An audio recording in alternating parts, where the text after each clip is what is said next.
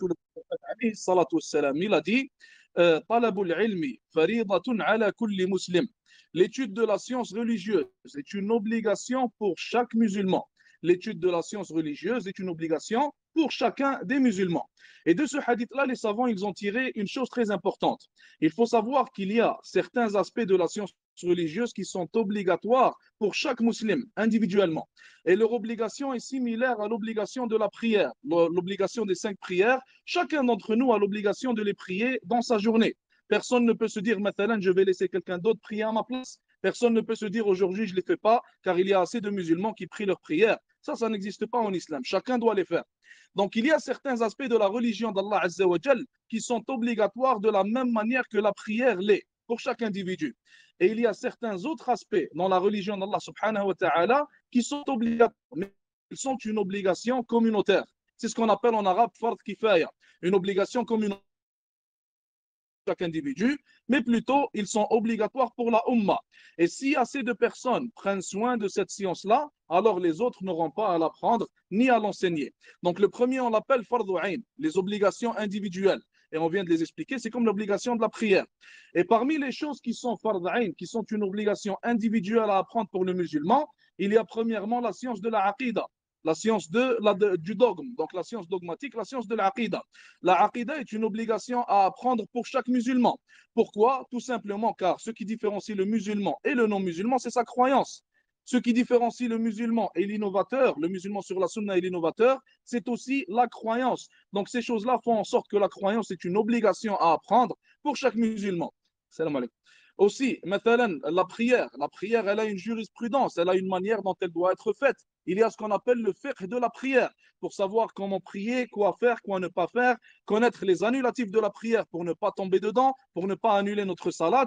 Et ça aussi, c'est fardu ayn à apprendre. C'est une obligation individuelle à apprendre pour chaque musulman. De même pour la zakat, pour le wudu, etc., ainsi que leur jurisprudence. Et on a des choses qui sont fard kifaya, qui sont une obligation communautaire. Si assez de musulmans les apprennent, alors, Inch'Allah Ta'ala, l'obligation tombera sur le reste de la Ummah. Un exemple de cela, maintenant, la science du hadith. Allez connaître, par exemple, les narrateurs dans les chaînes de narration, allez connaître l'authenticité ou non de chaque hadith. Tout ça, ça fait partie de ce qui est une obligation communautaire. Donc, de ça, on comprend que le ilm, une partie de ce ilm-là, elle est obligatoire à chacun de nous à apprendre, et une autre partie, c'est une obligation communautaire. Et quand on dit qu'une chose, elle est obligatoire pour chaque individu, qu'est-ce qu'on veut dire par là? Qu'est-ce qu'on va dans ça? Si quelque chose est obligatoire pour chaque musulman, les 5 prières, maintenant. Si quelqu'un délaisse une des 5 prières, c'est quoi son jugement? Qu'est-ce qu'il aura commis? Personne n'a la réponse? Je vais pointer quelqu'un. Personne ne répond, je pointe quelqu'un. Vas-y. Il aura commis un péché. Ça veut dire que quiconque délaisse une chose qui est obligatoire à apprendre et ne l'apprend pas, alors qu'il a la capacité de l'apprendre, le fiqh de la prière, du wudu, la aqidah, etc., alors dans ce cas-là, il aura commis un péché. Dans ce cas-là, comme on a dit, il aura commis un péché, encore une fois. Donc il est très important de ne pas délaisser ces aspects-là et d'en prendre soin et de les apprendre. Un autre hadith que le prophète alayhi salatu wassalam, a cité à propos du ilm. Et en réalité, subhanallah, ce hadith-là nous permet de savoir quoi aux yeux d'Allah Azza wa Jal. Ce hadith-là nous permet de savoir quel statut on a atteint aux yeux d'Allah subhanahu wa ta'ala. Le Nabi alayhi salatu wassalam, il a dit Man yuridillahu bihi khayran yufaqihu fi din. Celui à qui Allah Azza wa Jal veut du bien, alors il lui apprend la religion. Alors il lui accorde la connaissance dans la religion. Remarquez que le prophète sallallahu alayhi wa sallam, il a dit celui à qui Allah Azza wa Jal veut du bien. Ça veut dire que le contraire, il est aussi vrai. Celui à qui Allah Azza wa Jal ne veut pas de bien, alors qu'est-ce qui lui arrive? Allah Azza wa Jal ne lui accorde pas la science dans la religion.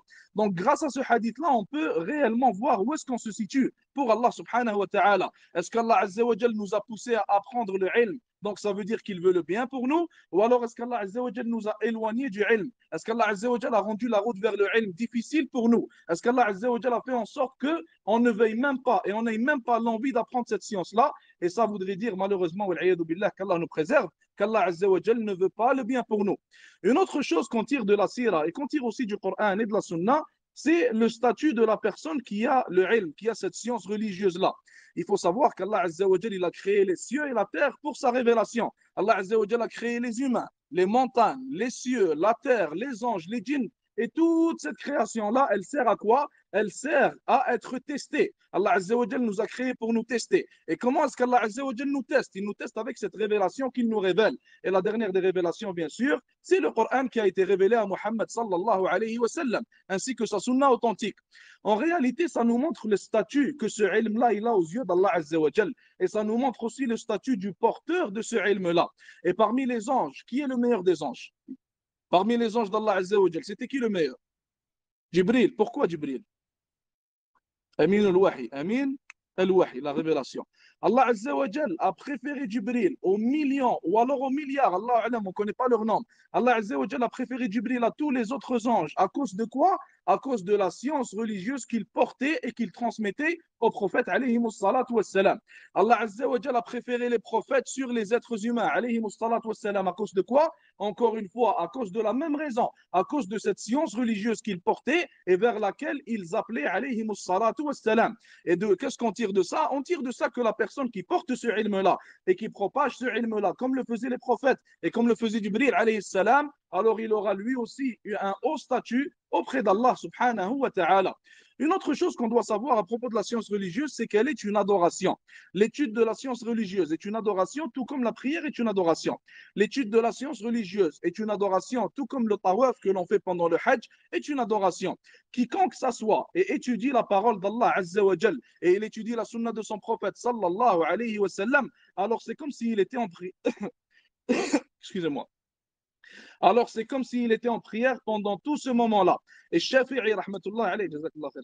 Shafi'i rahmatullah alayhi, il a dit talabul ilmi خير من صلاة الفريضة طلب العلم أفضل من صلاة الفريضة. Shafi'i il a dit le fait d'étudier la science religieuse est bien meilleur que la prière surérogatoire.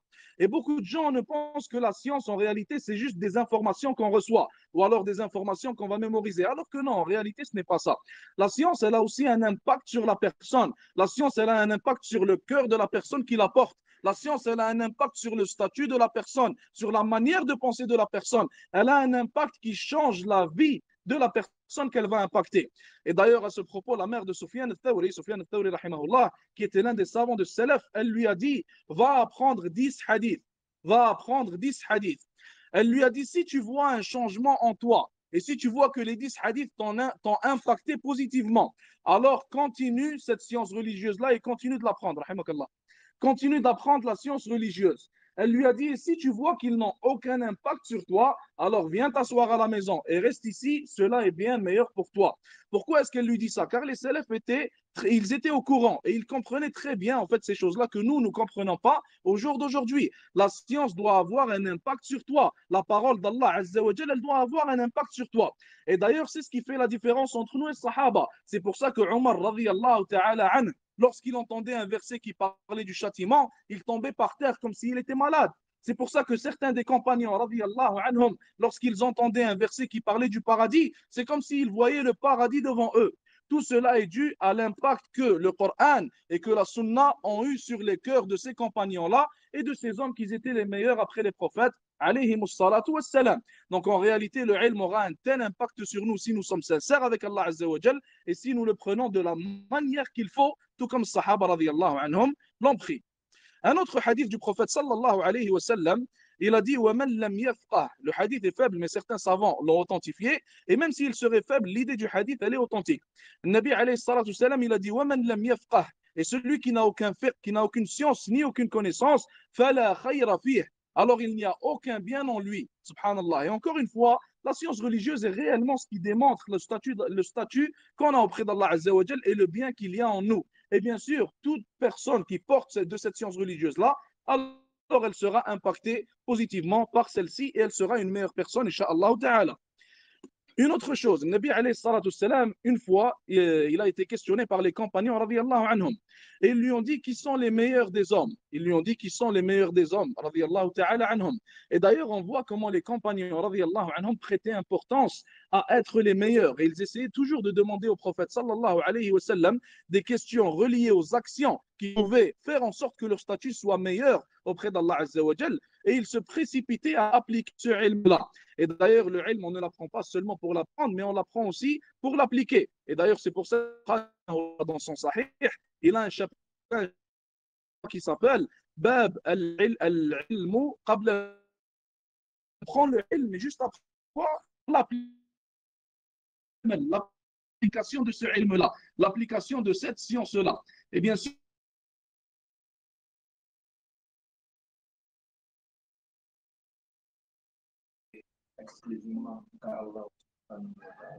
بارك الله فيك الإخلاص.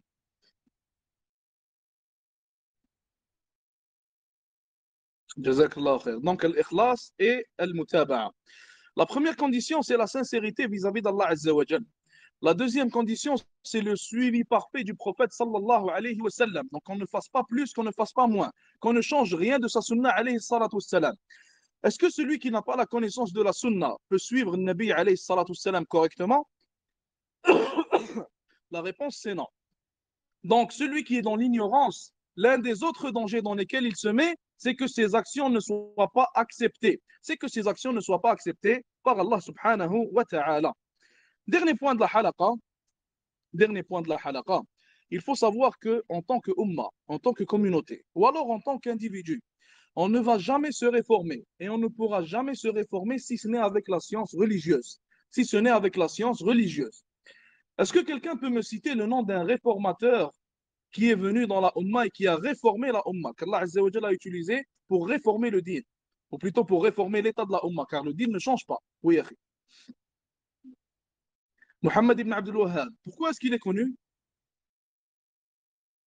Autre chose. On l'appelle comment? Avant de dire Mohammed Abdul Wahhab, on dit quoi?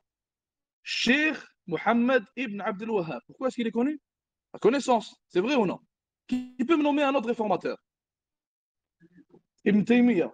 On l'appelle comment? Cheikh al-Islam ibn Taymiyyah. Donc encore une fois, la connaissance. Un autre réformateur. Un troisième. Il y a qui d'autre? Oui. L'imam Shafi'i, qu'est-ce qu'il avait de spécial? C'était l'un des imams des 4 madhab, la connaissance. Un autre réformateur. Oui. Omar ibn Abdel Aziz, c'était l'un des savants de Salaf, la connaissance, réformateur, un autre réformateur. On a qui d'autre? Qui? L'imam Malik, jazakallah khair, l'un des imams des 4 madhab, encore une fois la connaissance. Un autre réformateur. Ahmed ibn Hanbal, encore une fois. Salah ad-Din. Salah ad-Din, est-ce qu'il avait de la connaissance?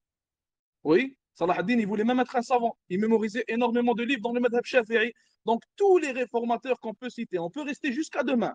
Tous les réformateurs qu'on va citer, ils ont tous un point en commun. C'est quoi le point commun? La connaissance. C'est quoi le point commun? La connaissance de la religion d'Allah Azza wa Jal. Donc, toi qui espères faire la da'wah et qui espères servir à quelque chose, sache que tu ne vas jamais servir à quelque chose sans connaissance. Et les exemples qu'il y a avant nous sont clairs. Ils ont tous un point commun, comme on vient de le voir. Ils ont tous la connaissance de la religion d'Allah Azza wa Jal. Ils ont tous la connaissance de la religion d'Allah Azza wa Jal. Le Cheikh Mubil al-Wadi'i, rahimahullah, d'ailleurs, il a dit وَأَعْظَمُ شَيْءٍ ضَرَّنَا هُوَ جَهْلُنَا بِدِينِنَا. Il a dit la chose qui nous a le plus touché, qui nous a le plus impacté négativement à notre époque, c'est notre ignorance à propos de notre religion. C'est notre ignorance à propos de notre religion, excusez-moi. Le fait qu'on ait ignoré Le fait qu'on ait ignoré notre religion à cette époque-là, ça nous a impacté. Et vous voyez l'état de la Oumma au jour d'aujourd'hui. Au jour d'aujourd'hui, tu vas parler à quelqu'un, tu lui parles des piliers de la prière, ah, je ne sais pas c'est quoi. Tu lui parles maintenant des obligations de la prière, je ne sais pas c'est quoi. Les annulatifs de la prière, je ne sais pas c'est quoi. Tu lui parles maintenant des prières surrogatoires, combien est-ce qu'il y en a? Tu vas voir maintenant les musulmans à l'extérieur, les gens qu'on voit dehors. Tu prends un micro, allez faire le test si vous voulez. Prends un micro et pose-leur les questions les plus simples à propos du dîn. Dis-leur, il y a combien de surahs dans le Coran? Je ne sais pas. Allahu a'lam. Combien de basmala dans le Coran? Je ne sais pas. Allahu ta'ala a'lam. Donc, comment est-ce qu'on veut se relever en tant que umma si on ne connaît même pas notre dîn? Omar radiyallahu anhu, il a dit quoi? Omar radiyallahu ta'ala anhu, il a dit Allah Azza wa Jal nous a donné la izza. Il nous a honoré grâce à notre religion. Si on cherche honneur dans autre chose, on n'aura jamais cet honneur-là. Et Allah Azza wa Jal va nous humilier en plus. Et c'est ce qui nous est arrivé. Si on compare notre époque avec les époques précédentes, les centaines d'années précédentes, pourquoi est-ce que les musulmans étaient honorés et ils avaient la izza? À cause de leur dîn, à cause du suivi de leur dîn. Et si on prend un exemple avec l'Andalus, l'Espagne par exemple, les musulmans ont régné en Espagne pendant à peu près 700 ans. Les musulmans avaient une poignée de fer quand ils régnaient en Espagne pendant de longues années. Et qu'est-ce qui a fait en sorte que les musulmans perdent l'Espagne? Quelqu'un le sait? Pourquoi on a perdu l'Andalus? Il y a beaucoup de chercheurs qui ont cité la même raison, des chercheurs musulmans, des chercheurs non musulmans, des historiens plutôt. Pourquoi est-ce qu'on a perdu l'Andalus? Quand le jahl est devenu commun chez les gens et quand les péchés sont devenus communs chez les musulmans, on a perdu l'Andalus. Quand les musulmans étaient attachés à leur religion, quand les musulmans étaient attachés à l'ilm al-shar'i, le ilm du din, quand les musulmans étaient attachés au din, c'est à ce moment-là qu'on tenait l'Andalus. Dès que cet attachement-là il est parti, on a perdu l'Andalus. Oui, akhi. Oui. Faut demander à un rabbin. Ça, je sais pas. Non, je rigole avec toi. Je sais pas, Allah. C'est quoi les 10 commandements chez les juifs? Ok.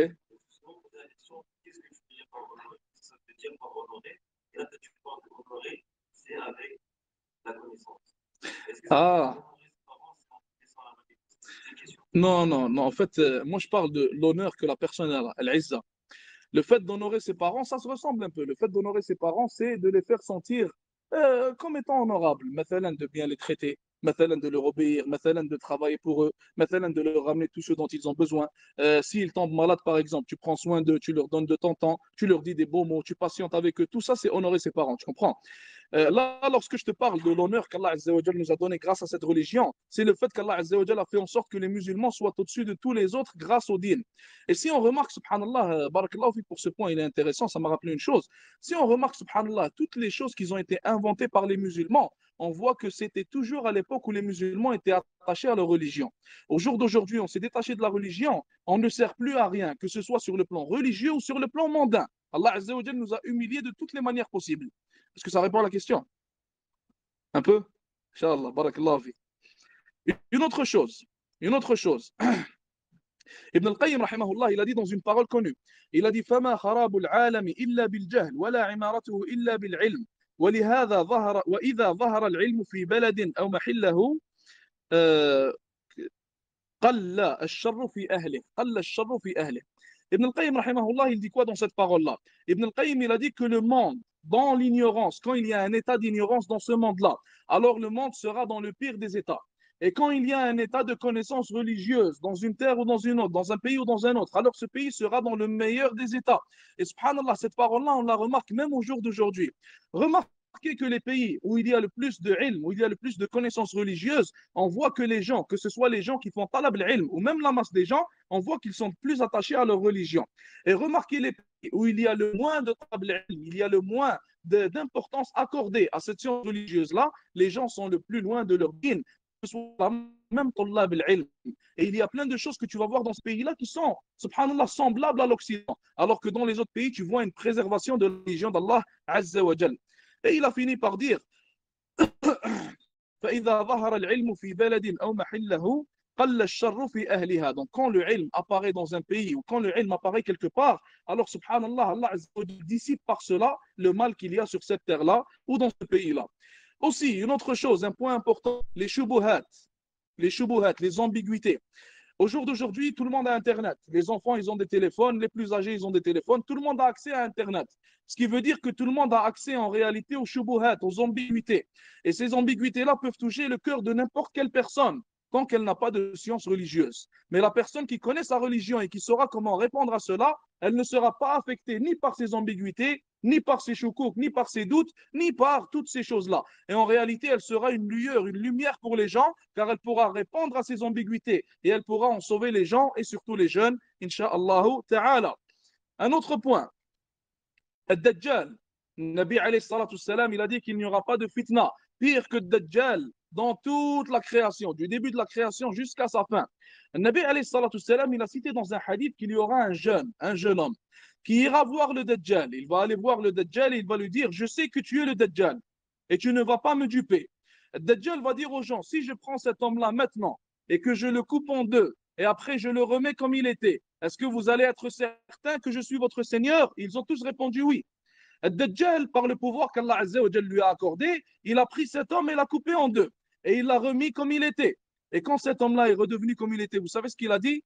Il a dit maintenant, je suis sûr et certain que c'est toi le Dajjal. Tu m'as augmenté en certitude. Pourquoi est-ce que vous pensez que cet homme-là, il a eu cette réaction-là? Pourquoi est-ce que vous pensez que cet homme-là, il a eu cette réaction? Et il a eu cette certitude? La connaissance. Il a lu les hadiths du prophète, alayhi salatu wassalam. Avant que le Dajjal ne sorte, cet homme-là, il avait entendu ces hadiths de Nabi, alayhi salatu wassalam. Et le Dajjal ne va pas sortir. Donc cet homme-là, on ne sait pas il est où. Peut-être il est parmi nous.